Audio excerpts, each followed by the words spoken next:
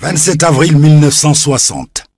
Le soleil des indépendances illumine le Togo, à l'instar de la plupart des pays africains.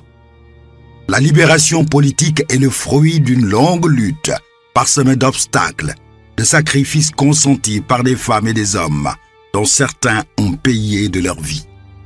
Hélas, les rêves de stabilité, de progrès et d'unité pour construire le Togo se brisent très vite sur les déchirements, les querelles de leadership, les rivalités sur fond de violence attisées par la classe politique.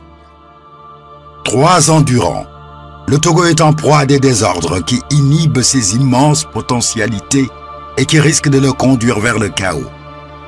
Dans un soulagement général des populations, saisies par le désenchantement, que l'armée intervient dans la nuit du 13 janvier 1963. Elle met fin à un règne chaotique du premier régime post-indépendance dont l'autorité a été extrêmement fragilisée par les passions de la rue et les rivalités politiques intestines. Mais l'armée au sein de laquelle le lieutenant Étienne Eyadema jouit d'une forte popularité et connaît une grande ascension par ses qualités d'organisateur, se retire dans les casernes. Elle laisse la gestion du pouvoir à Nicolas Gronutski et Antoine Mehachi pour former un gouvernement d'union nationale. Il a fait venir Gronutski Nicolas, qui était réfugié à Cotonou, à Zongo exactement, et Antoine Mehachi, qui s'était retiré, sinon réfugié, au Ghana.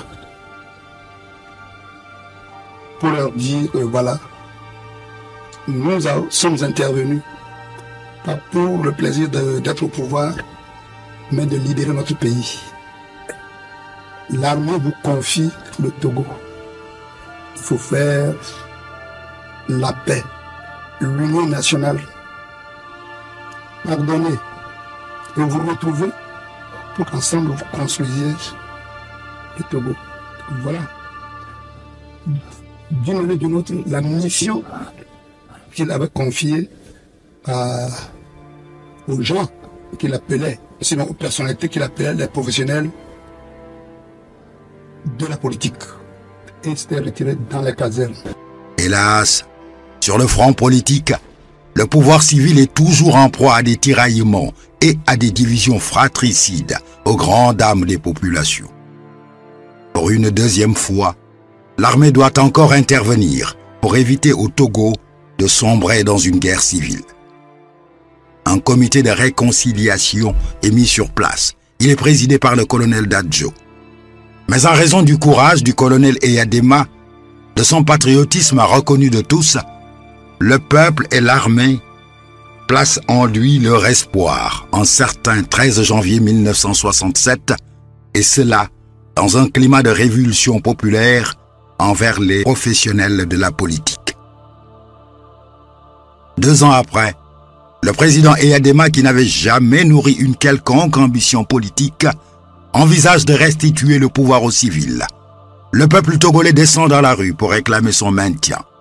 À Atakpamé, Palimé, Sokodé, des manifestations d'une ampleur sans précédent en faveur du président Eyadema éclatent dans tout le pays. Le général Eyadema décide de respecter cette volonté populaire qui ravive en lui la flamme patriotique qui a toujours vertébré ses initiatives, ses actions et ses prises de position. L'arrivée au pouvoir de Eyadema ouvre une ère de stabilité et de remise en ordre dans le pays. Ses premiers actes se matérialisent par une amnistie des détenus politiques et un appel au retour des fils du Togo en exil pour contribuer ensemble à l'édification de la nation togolaise, une et indivisible. Pour bâtir l'unité nationale et mieux garantir l'unité de tous les fils du Togo. Dans un même creuset, pour rassembler leurs efforts, le président Eyadema décide du lancement d'un vaste mouvement national. La naissance le 30 août 1969, à l'occasion de son discours historique à Palimé, du rassemblement du peuple togolais, le RPT comble le vide découlant de la suppression des partis politiques. Mais, en même temps, elle constitue le parachèvement d'une œuvre unitaire. La création du rassemblement du peuple togolais n'était pas une fin en soi. Elle visait à organiser un cadre idéal pour pérenniser la paix si chère à nos cœurs, renforcer l'union et la solidarité entre nous tous, pour que du sud au nord, de l'est à l'ouest, les Togolais soient unis pour s'attaquer à l'unique combat qui mérite d'être gagné, sortir notre pays de son état de sous-développement. Il a créé le Rassemblement des Togolais dans le souci de permettre aux Togolais de vivre dans la paix et la stabilité, pour éviter les écueils qui sont très fréquents entre les partis politiques rivaux. Ces personnes savent que c'est ça. Et il a dirigé le pays dans cet esprit-là. Créer des conditions de paix, des conditions de développement et des conditions de sécurité individuelle et collective des Togolais. Replacé dans son contexte politique spécifique à l'époque, le RPT est le fruit d'une démarche originale qui rompt avec la structure classique d'un parti. Instruit par les turpitudes politiques et sociales après l'indépendance, le président Eyadema imprime à ce mouvement un caractère véritablement populaire qui cimente l'unité, la paix, la sécurité et la réconciliation nationale. Dans son appel historique du 30 août à Palimé, le président Eyadema dégage la philosophie du RPT.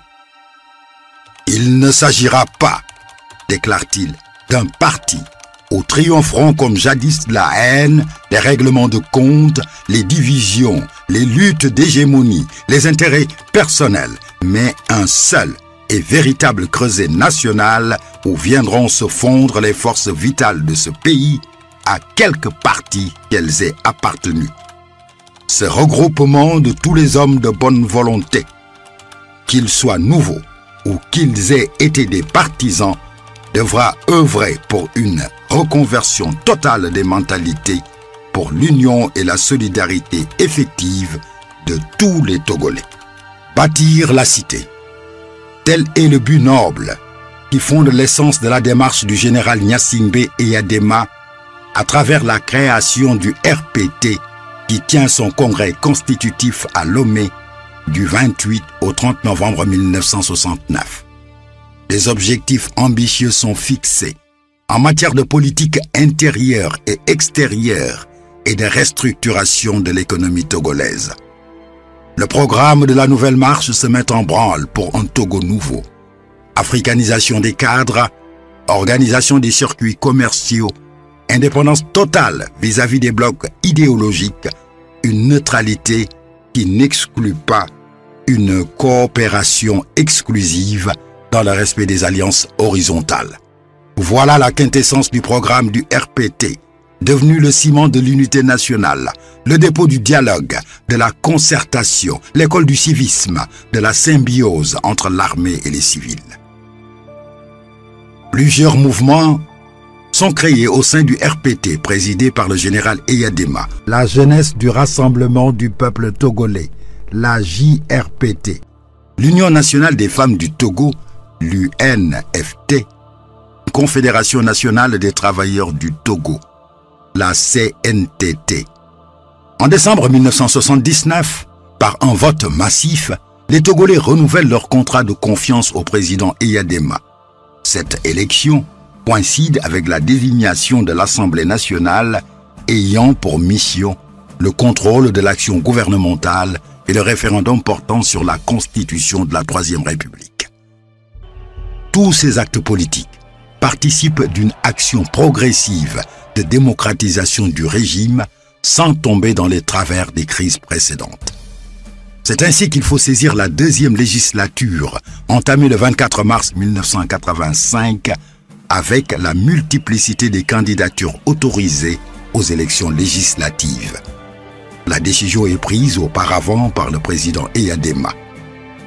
Les candidats voleront de leurs propres ailes, iront devant les électeurs qui, en toute liberté, éliront ce qu'ils jugent plus apte à les représenter au sein de la nouvelle Assemblée.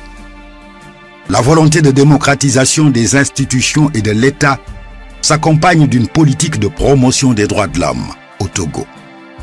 C'est dans ce cadre qu'entre la création par la loi 87-09 du 9 juin 1989 de la Commission nationale des droits de l'homme, dirigée par Maître Yaovi Agboibor.